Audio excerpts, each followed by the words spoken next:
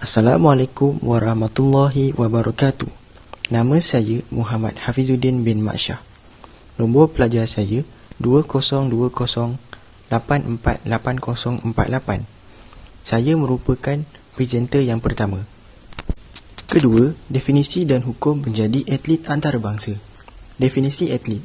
Perkataan atlet itu sendiri diilhamkan oleh seorang atlet yang berasal dari Yunani, dan menurut istilah ethos, definisi perkataan atlet itu diterjemahkan kepada maksud usaha. Seorang atlet boleh didefinisikan dari dua pandangan, iaitu seorang manusia yang tujuannya bersaing dengan menggunakan medium sukan untuk mendapatkan penghargaan, ganjaran atau kedua-duanya sekali. Mereka diberi nama gelaran atlet profesional, di mana atlet profesional ini menjadikan medium sukan sebagai kerjaya mereka kerana mereka mampu menjana pendapatan dengan kebolehan mereka. Pandangan lain pula ialah seorang manusia yang menggunakan medium sukan untuk diamalkan sebagai aktiviti harian supaya kesihatan mereka sentiasa berada dalam keadaan terbaik. Mereka ini pula diberi gelaran atlet amatur yang melakukan aktiviti sukan untuk kepuasan dan keperluan sendiri.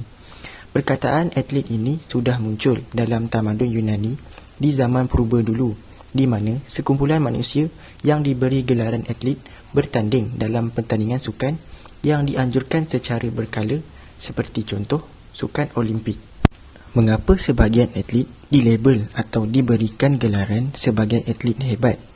Kerana mereka mempunyai kekuatan, kebolehan dan kemahiran tidak kira dari segi fizikal dan mental yang melebihi purata atlet biasa. Atlet profesional biasanya memiliki bentuk tubuh badan yang dapat dibezakan dari manusia biasa. Ini disebabkan mereka perlu memastikan tubuh badan mereka sentiasa sihat dan yang terbaik, oleh kerana mereka menggunakan tubuh badan mereka untuk meneruskan kerjaya yang akan menampung kehidupan mereka. Fisik atlet profesional bukan sesuatu benda yang datang secara semula jadi, tetapi fisik mereka sudah melalui banyak latihan, senaman dan diet permakanan yang membantu mereka memiliki tubuh badan yang sesuai untuk sukan mereka. Disiplin atlet yang berjaya sangatlah baik kerana mereka mampu memaksa diri mereka patuh kepada jadual latihan dan diet permakanan sihat. Definisi atlet dari pandangan Islam. Islam sepertinya mementingkan juga keperluan kepada umatnya untuk melakukan aktiviti riadah atau sukan. Perkara ini boleh dilihat berpandukan rukun Islam. 2 daripada 5 rukun Islam menunjukkan bahawa riadah dan sukan diterapkan kepada umat Islam untuk mereka melakukan rukun Islam. 2 daripada 5 rukun Islam itu ialah: pertama, menunaikan solat 5 waktu sehari. Seperti yang setiap umat Islam yang hidup di muka bumi ini tahu bahawa untuk seseorang itu melakukan ibadah solat 5 kali sehari, iaitu subuh, zuhur, asar, maghrib dan isyak, umat Islam perlu melakukan pergerakan yang diberi nama rukun fi'li.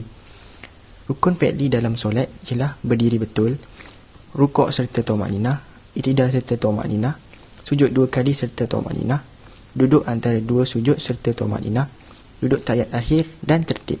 Setiap rukun fi'li di atas perlu dilakukan untuk solat seseorang Islam itu solatnya sah. Bersukan dapat membuatkan pergerakan badan seseorang itu, tidak kira muda atau tua, lebih efisien dan mudah. Ini secara tidak langsung akan membantu dalam melakukan rukun fi'li dalam solat. Kedua, menunaikan haji ke Baitullah bagi yang berkemampuan. Menunaikan haji ke Baitullah merupakan salah satu impian bagi umat Islam yang belum mendapat panggilan untuk melakukan haji, dan merupakan satu kenikmatan, kurniaan Allah kepada umat Islam yang sudah dapat melakukannya. Untuk memastikan umat Islam berkemampuan dari segi kekuatan mental dan fizikal untuk melakukan haji, umat Islam digalakkan mengamalkan aktiviti riadah dan sukan dalam kehidupan seharian supaya sebagai persediaan ketika panggilan untuk menunaikan haji. Perkara seperti tawaf haji, melontar jamrah kubra dan melontar ketiga-tiga jamrat pada hari tasyrik memerlukan tubuh badan yang sihat. Untuk rukun dan wajib haji ini dapat dilaksanakan dengan sempurna. 2 daripada 5 rukun Islam yang sudah dibahaskan di atas menunjukkan ahli sukan atau lebih dikenali sebagai atlet dapat melakukan ibadah dengan lebih mudah kerana mempunyai tubuh badan yang sihat atas usaha atlet tersebut untuk bersukan dan juga tubuh badan sihat hasil kurniaan Allah Subhanahu Wa Taala. Hukum menjadi seorang atlet. Agama Islam tidak melarang, malah menggalakkan umat Islam menceburi dan menyertai pertandingan dan aktiviti sukan atas tujuan untuk menyihatkan badan dan mensyukuri kebolehan yang dikurniakan oleh Allah. Tetapi, agama Islam menegah dan melarang atlet yang beragama Islam yang melakukan aktiviti sukan di peringkat antarabangsa atau biasa yang tidak menutup aurat mereka di hadapan ajnabi mereka. Seringkali terdengar bahawa atlet menggunakan medium sukan untuk mereka menjadikan alasan tidak menutup aurat dengan sempurna oleh kerana tidak boleh melakukan aktiviti sukan sepenuhnya oleh sebab pakaian mereka yang menutup aurat. Pemikiran ini adalah salah di sisi ajaran agama Islam kerana suruhan untuk menutup aurat yang sempurna tidak akan mengganggu prestasi seseorang atlet yang beragama Islam untuk berjaya dalam medium sukan. Kesimpulannya, agama Islam ini memandang sukan sebagai suatu ibadah asalkan niat, peraturan dan cara pelaksanaan sukan oleh seseorang Islam itu berpandukan syariat Islam. Assalamualaikum warahmatullahi wabarakatuh. So, nama saya Muhammad Rufi bin Azmi Murad. So, dari nombor 2020-836-276. So, saya daripada SA 113 3D2. So, saya akan membentangkan objektif menjadi atlet bertaraf antarabangsa. So, sebagai individu atau atlet yang mewakili negara, pentas antarabangsa merupakan kejayaan yang menjadi inspirasi dan pendorong semangat bagi buat atlet rakyat Malaysia.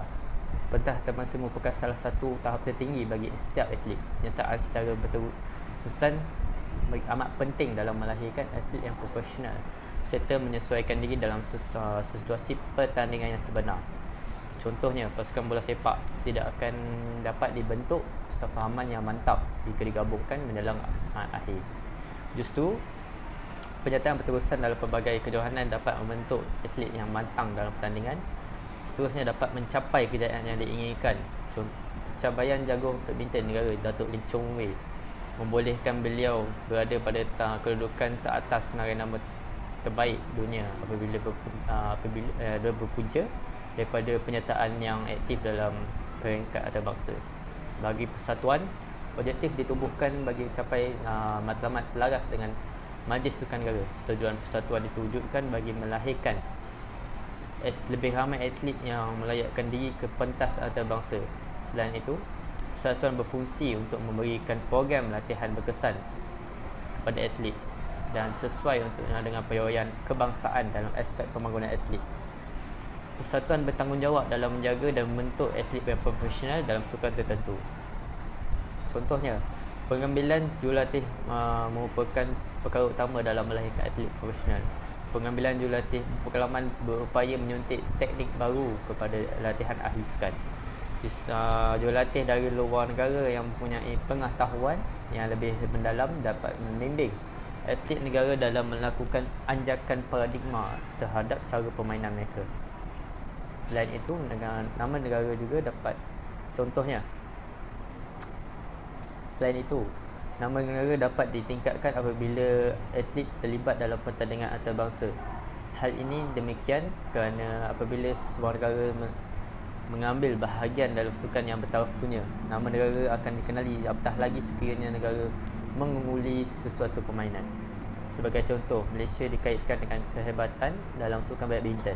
Kejayaan sesebuah negara mengajukan sukan yang bertaraf dunia turut mengharumkan nama negara.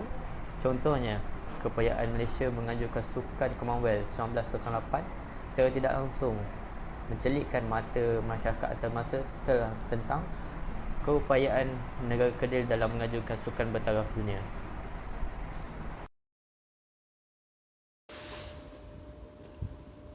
Sukan merupakan satu lapangan yang merangkumi semua aktiviti kecerdasan dan kemahiran dalam suatu permainan.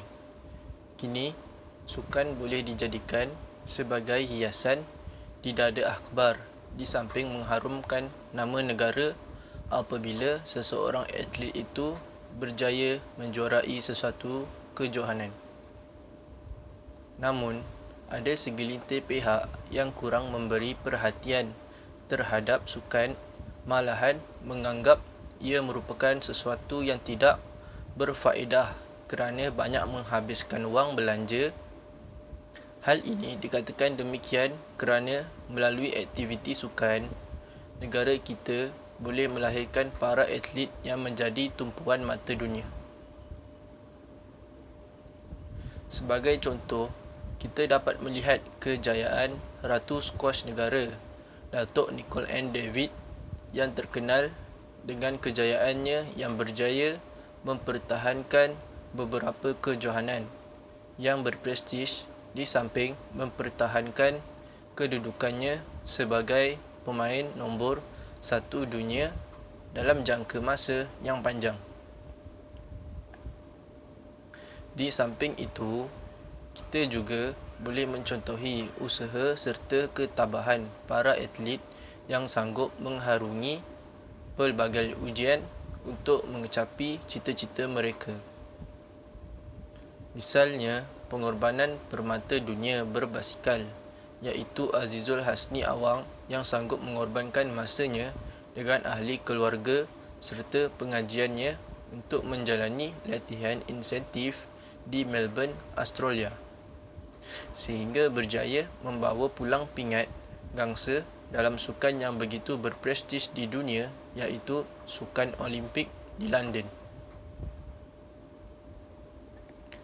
Wajarlah semua masyarakat di Malaysia mengambil berat terhadap pembangunan sukan dan perkembangannya agar negara dapat melahirkan atlet yang lebih berkualiti serta menjadi tumpuan di dunia. Oleh itu, sahutlah cabaran dan seruan kerajaan bagi menjayakan dan meningkatkan taraf sukan negara ke tahap yang paling optimum.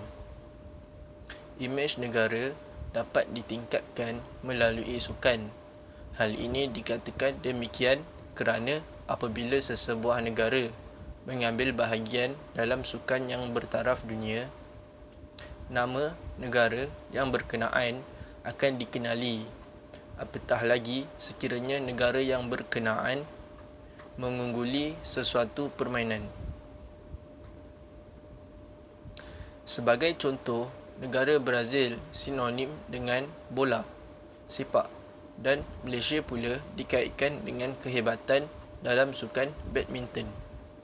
Kejayaan sesebuah negara menganjurkan sukan yang bertaraf dunia turut mengharumkan nama negara. Contohnya, keupayaan Malaysia menganjurkan Sukan Commonwealth 1998 secara tidak langsung mencelikkan mata masyarakat antarabangsa tentang keupayaan negara kerdil ini menganjurkan sukan yang bertaraf dunia. Semua kebaikan sukan tadi memang boleh terselah apabila sukan dimajukan dengan sebaik mungkin. Semua pihak, terutama ibu bapa, perlulah memberikan sokongan apabila anak mereka ingin terlibat dalam sesuatu acara sukan itu. Tanpa disedari, sukan itu boleh menghasilkan pelbagai kebaikan yang berguna untuk individu, masyarakat dan negara. Slogan "Majulah Sukan untuk Negara" harus dipegang oleh setiap lapisan insan Malaysia jika kita mahu acara sukan ini terus mendapat tempat dalam jiwa rakyat. Konklusinya, sukan bukan sahaja boleh dijadikan sebagai medan untuk berperang dalam mempamerkan skil-skil permainan dan kebolehan individual dalam acara masing-masing, tetapi ia juga boleh menjadi platform untuk menghasilkan pelbagai faedah serta manfaatnya.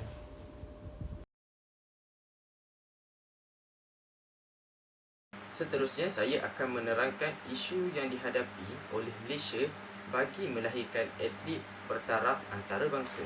Isu yang pertama adalah rasuah. Rasuah ini merupakan suatu jenayah atau kesalahan undang-undang di mana seseorang mendapatkan kebebasan, kontrak ataupun keistimewaan dari pihak berkuasa atau sesebuah syarikat selepas memberi wang, hadiah ataupun keraian kepada pihak-pihak tersebut. Isu rasuah ini semakin berleluasa dalam kalangan atlet Malaysia pada hari ini. Perkara ini menjadikan ia merupakan salah satu punca kenapa Malaysia sangat susah untuk melahirkan atlet yang bertaraf antarabangsa. Perkara ini tidak ditujukan kepada semua atlet. Walau bagaimanapun, terdapat segelintir atlet yang tidak bertanggungjawab dan tidak profesional di mana mereka sanggup menjual perlawanan mereka hanya kerana mereka lebih mengutamakan wang suapan yang ditawarkan oleh pihak lawan mereka. Perkara ini telah menyebabkan prestasi mereka semakin menurun dan menyebabkan mereka tidak dapat menunjukkan bakat dan kebolehan mereka sepenuhnya. Kebiasaannya, atlet yang menerima wang suapan ataupun rasuah ini telah mengatur corak permainan mereka sebelum perlawanan bermula. Ini dilakukan supaya mereka dapat menjamin kemenangan pasukan lawan mereka. Yang pastinya wang yang ditawarkan itu sudah pastinya sangat lumayan kerana mereka sanggup menjual perlawanan mereka. Sifat tamak yang wujud dalam diri atlet menyebabkan mereka tidak bersikap amanah, bertanggungjawab dan jujur ketika bertanding. Amalan rasuah ini merupakan salah satu amalan yang sangat dilarang di dalam agama Islam. Ini kerana amalan rasuah ini hanya membawa kesan yang buruk kepada diri individu, masyarakat dan negara. Islam juga telah mengharamkan umatnya daripada melakukan amalan rasuah ini, tidak kira dalam apa bentuk sekalipun. Di dalam surah Al-Baqarah, Allah Subhanahu Wa Taala telah mengutuk orang yang menerima rasuah ataupun pemberi rasuah dengan berkata, dan janganlah kamu makan atau mengambil harta orang-orang lain di antara kamu dengan jalan yang salah, dan janganlah kamu menghulurkan harta kamu memberi rasuah kepada hakim-hakim kerana hendak memakan atau mengambil sebahagian daripada harta manusia dengan berbuat dosa, padahal kamu mengetahui ianya salah. Jadi, sewajarnya kerajaan Malaysia membuat langkah pencegahan rasuah di dalam dunia sukan di Malaysia agar dapat menjamin atlet supaya bertanding dengan lebih jujur dan amanah. Secara tidak langsung, mereka akan dapat menonjolkan bakat dan kebolehan mereka serta menaikkan mutu sukan Malaysia. Isu yang dihadapi oleh Malaysia bagi melahirkan atlet bertaraf antarabangsa yang kedua ialah kekurangan kemudahan fasiliti. Kekurangan kemudahan sukan yang berkualiti atau faktor yang memainkan peranan dalam melahirkan bakat-bakat baharu dalam bidang sukan. Banyak infrastruktur dan peralatan sukan sudah lama dan tidak mengikut perkembangan teknologi sukan semasa. Perancangan yang lebih strategik dan komprehensif amat perlu untuk melahirkan barisan pelapis dalam sukan dan atlet yang berkualiti bagi merealisasikan impian melahirkan atlet bertaraf antarabangsa. Industri sukan tanah air perlu mempunyai keseimbangan dan antara kemajuan fasiliti dan daya intelektual tinggi atlet dalam usaha membangunkan prospek individu kualiti yang mampu bersaing lebih baik di pentas antarabangsa. Kemudahan fasiliti sukan perlu dinaik taraf selaras dengan fasiliti semasa. Kemudahan sukan penting bagi membutuhkan atlet kemudahan dalam berlatih dan mendorong mereka berlatih dalam keadaan optimum. Ini juga penting kepada para atlet untuk menerima latihan sama taraf dengan atlet negara maju lain. Peralatan dan latihan dari aspek pembangunan dan kelestian industri sukan hendaklah ditumpukan. Kerajaan perlu memfokuskan dalam pembangunan fasiliti moden yang mampu meningkatkan prestasi atlet. Penerapan sains sukan juga di kalangan atlet juga sangat membantu dengan ini. Atlet mampu mentaksir prestasi masing-masing dengan teori dan pengetahuan yang mereka belajar daripada sains sukan itu sendiri.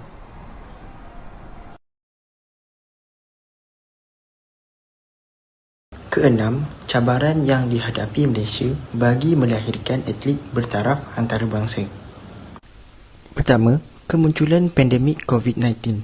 Wabak virus COVID-19 yang masih melanda dunia pada ketiga ini dikesan permulaannya pada pertengahan bulan Disember tahun 2019 di sebuah bandaraya China iaitu diberi nama Wuhan. Virus yang boleh dikenali dengan nama coronavirus ini diiktiraf sebagai satu pandemik oleh World Health Organization WHO pada tarikh 11 Mac 2020. Virus ini menyebabkan pengidapnya mengalami masalah pernafasan yang teruk dan mampu tersebar dengan keadaan titisan cecair dari hidung dan mulut dari individu yang dijangkiti ketika batuk, bersin dan menghembus nafas. Pandemik COVID-19 sudah menyebabkan kematian sebanyak 5.3 juta orang setakat ini di seluruh dunia, manakala di Malaysia mencatatkan 30,862 orang kematian.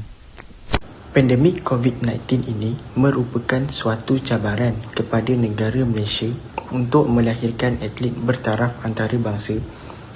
Kemunculan pandemik COVID-19 ini menyebabkan pertandingan atau tamasya sukan bertaraf antarabangsa terpaksa dibatalkan atau ditangguhkan.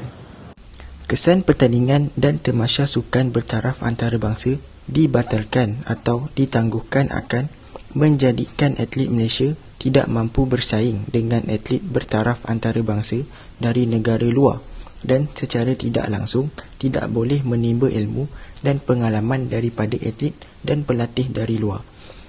Untuk meningkatkan prestasi seseorang atlet itu, perlulah dengan cara menyertai pertandingan di peringkat tertinggi supaya atlet ini dapat memperbaiki dan mempertingkatkan lagi kemahiran seseorang atlet dalam sukan yang mereka ceburi. Malaysia juga tidak dapat mencari pelapis kepada atlet senior kerana kejohanan dan pertandingan pada peringkat sekolah dan usia muda atlet tidak dapat diadakan kerana tidak mahu penularan pandemik COVID-19 semakin banyak. Kemunculan pandemik COVID-19 juga sebagai cabaran adalah kerana wabak pandemik ini boleh merebak kepada orang biasa dan juga atlet. Ini akan menyebabkan prestasi atlet Malaysia yang dijangkiti COVID-19 terencat kerana komplikasi daripada COVID-19 kepada kesihatan atlet Malaysia. Atlet yang menghidap COVID-19 akan mengalami masalah yang berkaitan pernafasan yang secara tidak langsung jika diberi keizinan oleh Allah Subhanahu Wa Taala untuk meneruskan hidup. Pasti juga akan ada kesan selepas sembuh dari pandemik COVID-19. Ramai atlet Malaysia mengatakan bahawa mereka yang menghidapi COVID-19 ini terganggu dengan cara untuk mengembalikan semula prestasi terbaik mereka sebelum menghidapi COVID-19. Jelaslah bahawa pandemik COVID-19 ini sebagai salah satu cabaran kepada Malaysia untuk melahirkan atlet bertaraf antarabangsa.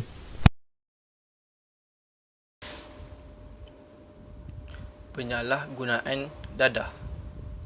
Apakah yang dimaksudkan sebagai dadah?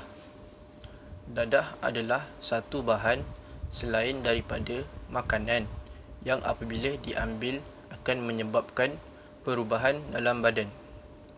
Jika perubahan itu memberi manfaat kepada badan, dadah ini disebut sebagai ubat.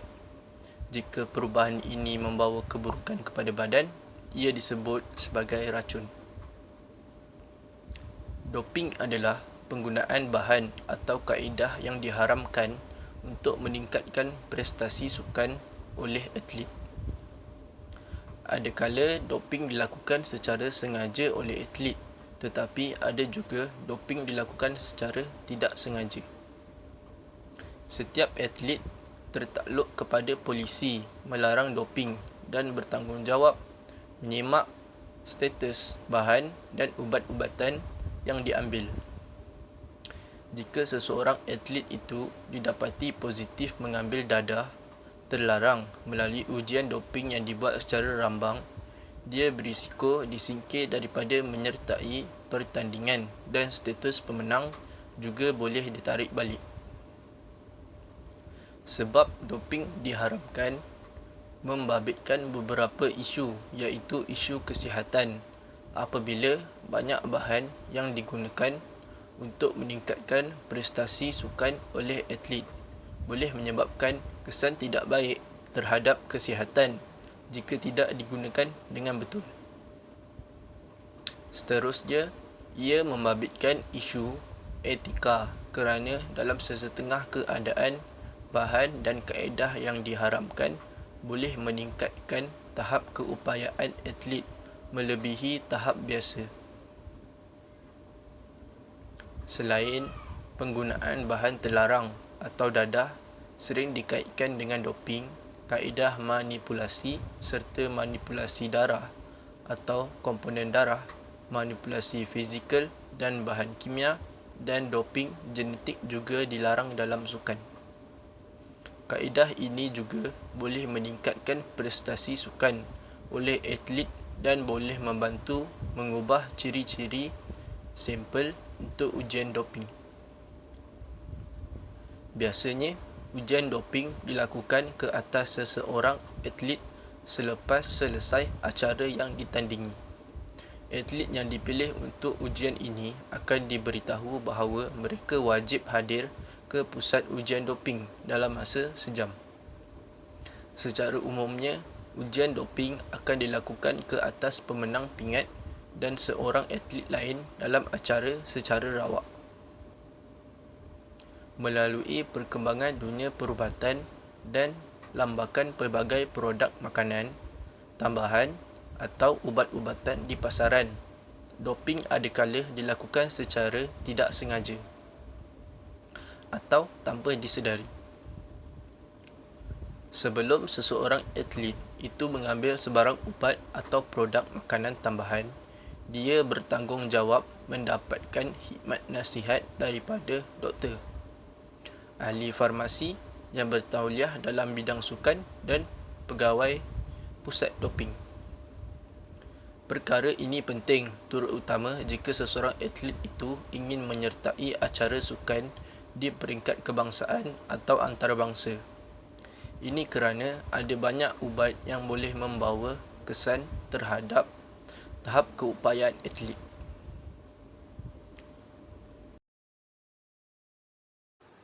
Assalamualaikum dan selamat sejahtera. Saya Zakbar bin Rumazi daripada kelas SR 113-3D2. Hari ini ingin membentang ataupun membincangkan tentang cara-cara untuk mengatasi isu dan juga cabaran untuk melahirkan atlet bertaraf antarabangsa. Seperti mana rakan sekumpulan saya yang telah terangkan tentang apa isu dan cabaran untuk melahirkan atlet bertaraf antarabangsa.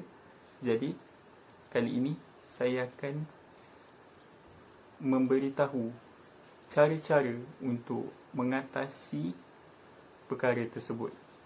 Jadi, yang pertama ialah kita boleh melakukan penerapan konsep keagamaan dan juga moral dilakukan terutamanya di sekolah-sekolah dan juga universiti.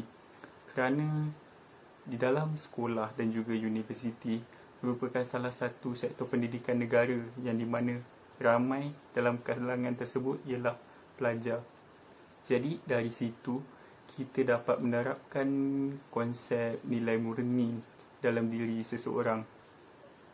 Jadi konsep nilai murni ini kita perlulah dilakukan pada peringkat awal untuk dalam kehidupan seseorang itu supaya mudah untuk mereka memahami dan mengawal nafsu mereka daripada membuat perkara yang tidak baik. Semua konsep yang baik dijelaskan kepada pelajar supaya mereka memahami akan keperluan untuk membebaskan diri dan juga negara daripada ancaman masalah seperti rasuah ini. Kerana sebagaimana kita tahu, melentur buluh biarlah daripada rebunya. Jadi, seterusnya, cara untuk mengatasi isu tersebut ialah dengan pihak kerajaan perlulah menguatkuasakan undang-undang dan lakukan siasatan dan juga penguatkuasaan undang-undang agar semua atlet, pengurus kelab bola sepak ataupun sukan-sukan dan juga masyarakat di sekeliling untuk sedar betapa bahayanya gejala rasuah ini. Selain itu, kita juga perlu memperingatkan mereka bahawa kepada mereka yang melakukan gejala rasuah ini akan diberikan hukuman yang setimpal ataupun hukuman yang lebih berat yang bakal diterima oleh mereka yang masih lagi cuba-cuba ataupun yang telah melakukannya. Yang ketiga ialah dengan memantapkan iman dan mengukuhkan jati diri seseorang, kerana tahap kepribadian yang tinggi adalah salah satu aspek yang paling berkesan untuk membanteras daripada segala gejala rasuah ini dan juga meningkatkan kesabaran pada diri seseorang. Apabila setiap individu dapat merasakan suatu perkara yang mereka lakukan itu salah, namun itulah salah satu contoh mempunyai keimanan yang mantap. Jadi kekuatan iman dan kepribadian diri dapat mengelakkan daripada diri kita untuk menerima segala rasuah yang diterima dan juga yang paling penting meningkatkan kesabaran dengan menghadapi segala cabaran dan isu yang telah dihadapi. Yang terakhir ialah kita boleh memupuk motivasi dengan mengikut jejak langkah idola kita, iaitu baginda Nabi Muhammad SAW. Kerana sebagaimana kita semua tahu bahawa baginda merupakan seorang yang sangat berusaha dengan apa yang baginda lakukan. Oleh itu, kita boleh memupuk motivasi daripada baginda. Oleh itu sahaja cara-cara untuk mengatasi isu dan cabaran untuk menjadi atlet bertaraf antarabangsa dan dunia. Itu sahaja daripada saya. Terima kasih.